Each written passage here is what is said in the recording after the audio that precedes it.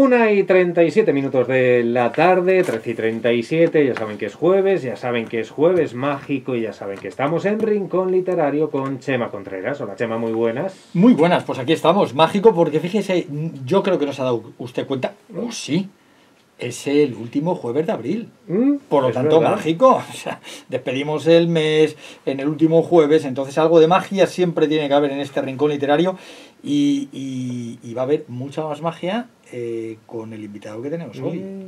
Porque hoy vamos a saludar a Pablo Gutiérrez, que es autor de El síndrome de Bergerac. Hola Pablo, muy buenas. Hola, buenas tardes. ¿Qué tal? ¿Cómo estás? Que ha sido además galardonado con el premio EDB de literatura juvenil de este año que nos asiste, ¿no? Entonces, pues, pero es que fíjate qué título, El síndrome de Bergerac. ¿Esto qué es? ¿Qué podemos contar en principio, Pablo, de este síndrome de Bergerac? Pues mira, te puedo contar primero que de una manera casi psiquiátrica o psicológica es un leve trastorno de la personalidad que consiste en lo que nos ha pasado mucho cuando éramos adolescentes, que el profe lanzaba una pregunta, no sé, ¿quién fue el rey que gobernaba Francia durante la Revolución Francesa? Y tú te la sabías, claro que te la sabías, pero no te atrevías a levantar la mano y dar la respuesta y casi preferías decírsela al compañero de al lado para que te llevara el mérito, ¿no? Es verdad. Sí. Claro, el nombre viene de la obra Cyrano de Bergerac, de todo esto, en la que los oyentes recordarán seguro que Cyrano no se atrevía a intentar enamorar a la dama, a Roxana, y prefería que fuera Cristian el que la enamorara, mientras que él le chivaba los versos y le escribía las cartas de amor, ¿no? Pues de la misma manera consiste en eso, en ese trastorno en el que uno no se atreve por complejo de inferioridad y por inseguridades propias a reconocer que, oye, que uno tiene una serie de méritos y que debería ser pues valorado por ello, ¿no? Efectivamente. Claro, pero no obstante, yo he tenido el privilegio de leer la novela, te doy la enhorabuena, me parece fantástico, y me parece fantástico además el trabajo de los personajes que, entre comillas, tiene su versión real, ¿no? O sea, está basado en algún hecho real, me refiero al trasfondo en general de la novela del síndrome de Bergerac, no del síndrome como tal, ¿no? Sí, claro, esta novela está basada en una experiencia real, que yo soy profesor de secundaria, doy clases aquí en San Lugar de la Rameda, donde estoy hablando, de Cádiz, y nada, en el año anterior a la pandemia, en el 19, tuve la suerte de tener delante de mí un grupo de alumnos muy talentosos, con mucho entusiasmo, mucha energía y con todas esas cosas que un profesor está buscando en su alumnado, que querían montar una obra de teatro. Y la obra de teatro que pusimos en el escenario fue Cyrano de Bergerac. Y lo que pasó por el camino fue mucho más que darles clases de literatura universal, que es la asignatura que yo impartía, y tuvo mucho más que ver con esa experiencia formativa y esas experiencias vitales que cuando te cogen con 15 y 16 años, la edad de mis alumnos, pues son decisivas, ¿no? Y claro. Son tremendas. A mí se me quedó esa experiencia para siempre, y desde luego, ahora que ya hemos pasado la frontera del profesor y del alumno y que hemos roto esa membrana y que ya somos colegas, ¿no? Pues lo recordamos con mucho cariño, ¿no? Y más ahora que estamos hablando de la novela en muchos sitios. Pero yo creo que para ellos fue una experiencia de vida que cambia muchas perspectivas y porque uno sabe que los que nos hemos subido a un escenario sabemos que se sube de una manera pero se sale de otra. Totalmente. Toda esa formación y toda esa experiencia, incluso los amores que hubo por el camino, pues son los que han servido de nutriente para que yo escriba El síndrome de Bergerac, que es una novela basada en todo eso, donde sin embargo, claro, yo añado una peripecia novelesca y unos personajes ficticios para que tengamos la arquitectura que nos gustan los lectores, que es una novela que pase por tus manos y que las páginas corran, ¿no? Y que tengas la necesidad de saber qué ocurre en el siguiente capítulo. Sí, porque además se habla pues eso, de esa relación intensa de esos alumnos, de la amistad, de los miedos, de las inseguridades, de absolutamente todo, ¿no? Y desde luego el miedo escénico. Yo que vengo de familia de cómicos, cuando leí esta novela, que ya digo, pues me ha encantado, pero algunas veces lo hemos dicho aquí en Rincón Literario, tú además que eres profe, ¿no consideras que el teatro debería de ser una asignatura dentro de lo que es el proyecto curricular de los centros a partir de una serie de edades o en una serie de edades, que se dediquen unas horas, porque ya no solo el teatro, el hecho de representar, muchas veces nosotros decimos hacer lecturas dramatizadas, ¿no? Tú te coges el libreto y bueno, pues cada uno un personaje, y cuando está lloviendo, cuando hace mal tiempo, en una reunión se divierte uno bastante, ¿no? Y el llevarlo a las clases con lo que eso implica de de espantar esos miedos que pueden tener los alumnos al dirigirse en público, ¿no? Entre otras razones. Uy, tengo muchas cosas que contarte sobre eso, porque claro, es mi gran tema y es mi gran... Sí. Por una parte te diría que tienes razón en todo, pero sin embargo soy reacio a convertirlo en una asignatura como tal. Porque hay veces que cuando metemos algunas materias en el molde del currículo, de pronto se nos caen ellas solas. Sí, sí. Y esto es una cuestión casi profesional, quiero decir, Sí. que sea docente sabe de qué estoy hablando. Sí. Cuando intentas ajustar al molde estricto curricular de una programación una serie de cuestiones, de pronto nos damos cuenta que las estamos desnudando y le estamos quitando el entusiasmo. Sí. El teatro se trabaja en muchas áreas, y especialmente en el área de lengua y literatura, Sí, y lo sí. trabajamos pues en distintas esquinitas de nuestro temario cuando es posible. Sí estoy Sí. muy de acuerdo en convertirla en una herramienta pedagógica. Correcto, Una bien. herramienta pedagógica que Sí. atraviese distintas asignaturas. Porque Sí. yo creo que el teatro sobrepasa el marco de la literatura y tiene mucho que ver también con la educación plástica y visual, por ejemplo. Sí, sí, Tú sí, me sí. estabas hablando antes de alumnos que a lo mejor no se atreven a subirse a un escenario, pero seguro que quieren colaborar en el diseño y en la creación Claro. de todas las herramientas y el atrezo que necesitamos para montar una obra. Sí, sí, Por sí, no hablar sí. de aquellos que tienen habilidades tecnológicas que ahora mismo necesitamos para precisamente que formen parte de nuestros montajes y nos ayuden a que aquello pues sea más lucido y mejor y más hermoso, ¿no? Es Claro. decir, no a todos le podemos dar la misma taza de café, sino que los alumnos necesitan la diversidad porque son diversos y necesitan que los ataquemos por distintos flancos. Claro, Yo claro. no defendería que lo convirtiéramos en asignatura, y lo defendería que lo convirtiéramos en una herramienta, bueno, que no vamos a descubrir hoy, tiene más de 3.000 años. Efectivamente, que no- Sin embargo, Sí. engloba casi todas las destrezas que un alumno necesita Efectivamente. cuando tiene echada la seguridad en sí mismo, el control de su voz, Sí. el control de su propio cuerpo, la capacidad de cooperar con otros, porque tu talento no sirve de nada, por muy buen cirano que seas, si delante no tienes un cristiano que te devuelva bien los versos. Efectivamente. Entonces, en todo eso, englobándolo, te digo, claro que sí, hay que pelear por el teatro en las aulas, pero incluso es tan importante que no podemos convertirlo en asignatura. Bueno, pues entonces cambiaré el discurso y en lugar de implantarlo así, que sea como una herramienta, pero quizá a lo mejor que no fuera evaluable, etcétera. Quiero decir, como algo, como bien apuntas, una herramienta, porque es que es fundamental. Yo lo considero que ya no solo en esas edades sí, pero para tu vida. O sea, el que luego te puedas... No, sí, sin duda, además eso, lo que decía antes, subir a un escenario implica cambiar una perspectiva de todo y darte cuenta de cómo, bueno, eres capaz de superar una frontera que tú mismo te impones. Claro. Y además el momento de conocerse a uno mismo, que es tan importante cuando tienes 15 y 16 años, parece esencial, ¿no? Sabemos que en otro sistema educativo, por ejemplo el sistema británico, sabemos que eso con las pelis que hemos visto y los Sí, sí, libros que sí. hemos leído, yo además he estudiado allí, sabemos que es fundamental, ¿no? Y que no hay alumno que no haya participado en una obra de teatro, como decía, Claro. encima o debajo del escenario, ¿no? Sí, sí. Y que se ponen en marcha muchas habilidades y capacidades que de otra manera no. Y luego te diría otra cosa en defensa del teatro. El teatro es analógico. Es Sí.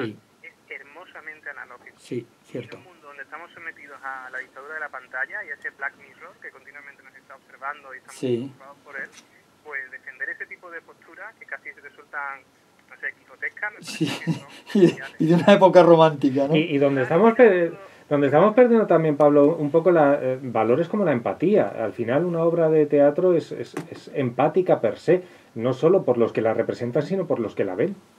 Claro, consiste en ese momento de transferencia en el que el espectador y el propio actor tiene que convertirse en otro diferente. El espectador porque tiene que hacer el esfuerzo para entender a ese tío que se ha vestido con mallas de encima de un escenario. Sí. Y el actor porque sabe que tiene que dejar de ser uno mismo para encontrar sus puntos de coincidencia con el personaje que le ha tocado.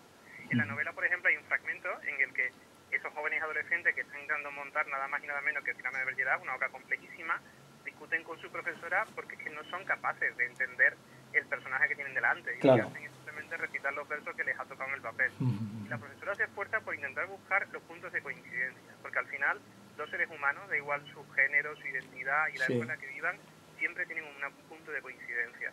Y precisamente los que hemos estudiado un poquillo acerca de dramaturgia y interpretación sabemos Sí. eso, ¿no? Claro, Que tú claro. tú puedes buscar dentro de ti eso que coincide con, qué sé yo, con un príncipe danés del Sí. siglo XVI, o con un soldado medieval, o con una dama de la corte de Luis XIV. Sí, sí, lo encuentras. Puede ser cualquier personaje buscando ese punto. ¿Nos leerías un poquito de la novela para que se hagan un poco una idea donde prestas voz a los personajes, pero en concreto a Belia, que es quien cuenta la historia, ¿no? Sí, claro que sí. Mira, la novela, para que el espectador se sitúe, Trueno es una novela, como decía, que tiene una parte biográfica, pero luego en mi manera de concebir la literatura es muy importante la concepción de la voz narrativa del personaje, ¿no? Y esas decisiones se toman muy pronto, y son casi decisiones gramaticales. Por ejemplo, el signo del Gerard empieza de la siguiente forma. Yo era una chica tan común como cualquier otra. Iba a clase, discutía con mis padres y amaba incondicionalmente a mis amigos. Y de vez en cuando me enamoraba de quien no debía, como le pasa a todo el mundo. No había nada novelesco dentro de mí que mereciera un puñado de páginas. Por eso la historia que sigue no irá de mis padres, ni de mis colegas, ni de mis enamorados. No irá de la rutina de una estudiante de bachillerato que se aburre en el instituto de una ciudad mediana. Esta historia tendrá una sola protagonista, y esa protagonista será una nariz. Y ni siquiera hablo de la mía, que es pequeñita y ordinaria, sino una nariz gigantesca, a la que podríamos llamar la nariz. La nariz célebre, desproporcionada, como una hipotenusa, como una lanzadera espacial, como el mástil de un velero. Una nariz con la que podrías probar la temperatura del agua inclinando ligeramente la cabeza, pero que no te dejaría beber de una copa por riesgo de ahogamiento. La nariz de un héroe nacido en Bergerac, comarca francesa, y de nombre, Tirán. Pues fíjate, así empieza. Y cuando empecé a leer, me vino enseguida a la cabeza, como supongo que entenderás, Pablo, el soneto que Quevedo le dedica a Góngora de érase un hombre a una nariz pegado, érase una nariz superlativa y demás, ¿no? Quiero decir que ha habido narices muy importantes, valga ahí con las cuestiones por narices, pero nos traes a este personaje, además, no sé, dramaturgo, poeta, soldado, era un poco de todo, ¿no? Rescatarle un poco de la historia, porque es un personaje histórico que es Hércules Savigny. A mí es que es mi personaje favorito de la historia del teatro universal, y ya estaba yo tardando en dedicarle algo a este tipo, porque es que es fascinante, lo tiene casi todo, la pasión, el ingenio, la inteligencia, el humor. También es un duelista y un soldado formidable, y luego es la senda del perdedor. Claro, efectivamente. Esta novela funciona como esas muñecas rusas que se meten una dentro de otra. Sí, las matroscas. Tenemos a Arquil de Savigny, que es un personaje histórico, real, que vivió en la Francia del 17, pero que era un tipo formidable, que llegó a imaginar una especie de novela de ciencia ficción donde un tipo pisaba la luna, anticipándose 200 años a Julio Verne. Luego tenemos a Edmond Rostand, que ya a finales del 19 decide escribir una obra de teatro, una comedia histórica basada en ese personaje, y ahí ya empecemos a conocerlo como Cyrano de Bergerac, y es donde se le atribuye esa característica de la nariz famosa y todo aquello. Pero luego tenemos lo que nosotros conoceremos sobre todo, que es la peli de... La película, efectivamente, Gerard Depardieu. Que la tenemos, que es icónica, ¿no? La tenemos muy clara en la mente. Bueno, pues a partir de todo eso y de montajes teatrales que yo he visto, como por ejemplo el de Flotat, que hizo un Cyrano maravilloso, nosotros decidimos hacer una adaptación en mi instituto. La siguiente muñequita rusa sería la adaptación que hicimos nosotros, que pusimos en escena de nuestro particular Cyrano de Bergerac, actualizado al siglo XXI. Y sobre eso, la última muñequita sería esta novela, casi que habría otra, que sería la conversación que estamos teniendo sobre ella. Efectivamente. Claro, y a mí me parece que la literatura funciona así, la verdad, con esos cauces que se van mezclando. Y es fantástico además como a través de una novela juvenil precisamente el público al que va dirigida pueda ir sacando esas muñecas rusas y completando mucho mejor la fotografía. Oye, Pablo, ¿nos dejas que sigamos con otras recomendaciones y enseguida volvemos contigo? Claro que sí. Venga, pues continuamos. Chema, ¿qué más tenemos? Pues mira, para los mayores de la casa, Las Rosas Olvidadas. Su autora es Martha Hale Kelly, es además la autora de Las Mujeres de la Casa de las Lilas, y esto viene a ser una precuela de esa Casa de las Lilas que nos trajo anteriormente. Está editado por Maeva y llega a nosotros gracias a la traducción que hace Ana Belén Fletes, y la verdad está basado también en un hecho real, y yo recomiendo su lectura porque la verdad vais a disfrutar muchísimo con estas mujeres que nos llevan pues hasta esa época, en 1914, que es una época muy convulsa de toda la historia europea, ¿no? Y mira, voy a leer un poquito el inicio del primer capítulo que nos lleva hasta ese año, 1914, se titula Eliza, y dice así: Era una fiesta como tantas otras de las que se celebraban en Southampton, con los mismos pasatiempos de siempre: croquet, badminton, demostraciones de sutil crueldad social. La fiesta tenía lugar en casa de mi madre, de Jean Lane, una construcción asimétrica con revestimiento de madera rodeada por un inclinado terreno cubierto de césped ya reseco que bajaba hasta el mar. La casa, llamada Queen Anne Cottage, aunque todos los habitantes del lugar se referían a ella como Mitchell Cottage, en honor a la familia de mi padre. Se alzaba junto a otras similares a lo largo de la zona desprovista de árboles de South Fork en Long Island, Nueva York, como una hilera de pasajeros que contemplarían el mar desde la cubierta de un barco. Si hubiera prestado más atención aquel día, tal vez habría podido predecir cuáles de los chicos que empuñaban risueños sus cestas de croquet morirían poco después en el bosque de Argón, o qué mujeres cambiarían sus vestidos de seda de color marfil por el crespón de luto. Jamás me habría imaginado que yo sería una de ellas. Y bueno, pues así empieza esta novela fantástica, Las rosas olvidadas, de Martha Hart Kelly, editado por Maeva. ¿Y en páginas web? Bueno, pues en páginas web yo teclearía marthahalkelly.com, que es la página oficial de esta autora, aunque está en inglés, pero lo vamos a poder entender, y si no usamos traductores y demás, porque es muy interesante los trabajos que hace esta autora, y seguro que vamos a disfrutar con lo que ella nos muestra ahí. Y luego, para peques, que sepamos un poco lo que pasa al otro lado de esas dos orillas, de ese Atlántico que nos une entre un continente y otro, y tecleamos chileparaninos, todo seguido, chileparaninos.gov.cl, y es un proyecto que busca en mostrar el Chile para niños, cómo juegan los críos allí, qué hacen, cómo es ese Chile, la biblioteca, cómo se divierten, y yo creo que es muy importante para saber, y aparte de que hay mucha gente con nacionalidad chilena que vive aquí, y sus hijos a lo mejor no han visitado el país, pues es una forma de encontrarlo. Como digo, chileparaninos.gov.cl. Muy interesante. Y en la lista de los más vendidos, como siempre en FNAC Madrid, en narrativa tenemos a Sira, de María Dueñas, editado por Planeta. En de bolsillo tenemos El Cátar Imperfect, de Víctor Amela, editado por De Buchaca. En poesía teatro tenemos No bastó con querer, de Loreto Sesma, editado por Aguilar. Y en infantil juvenil, Trolardi y el pan dorado, de Trolerotutus y Hardy, editado por Martínez Roca. Y volvemos a recuperar a nuestro invitado de hoy, que es Pablo Gutiérrez, recordamos, autor del Síndrome de Bergerac. Pablo, estás por ahí, ¿no? Bueno, ¿y qué vas recibiendo, Pablo, ya no solo de ese grupo de alumnos y de alumnas del instituto que hacen este maravilloso montaje y esa adaptación? Porque luego los libretos normalmente de teatro se suelen adaptar, ¿no? O sea, no es que se hagan al pie de la letra de como lo ha hecho el autor, ¿no? Sino que, bueno, pues se suelen adaptar dependiendo de necesidades, personajes, etcétera, ¿no? Pero también se les muestra bastante, como dices en el libro, que no actuaban las mujeres haciendo papeles de mujeres, que eran hombres los que hacían esos papeles de mujeres. Das unas, yo creo que unas clases, y digo lo de clases entre comillas, porque siendo profe tampoco quiero encasillarte ahí, de lo que es la historia en la literatura, y como parte de literatura digo, y parte de historia, ¿no? Que era el entorno en el que se vivía.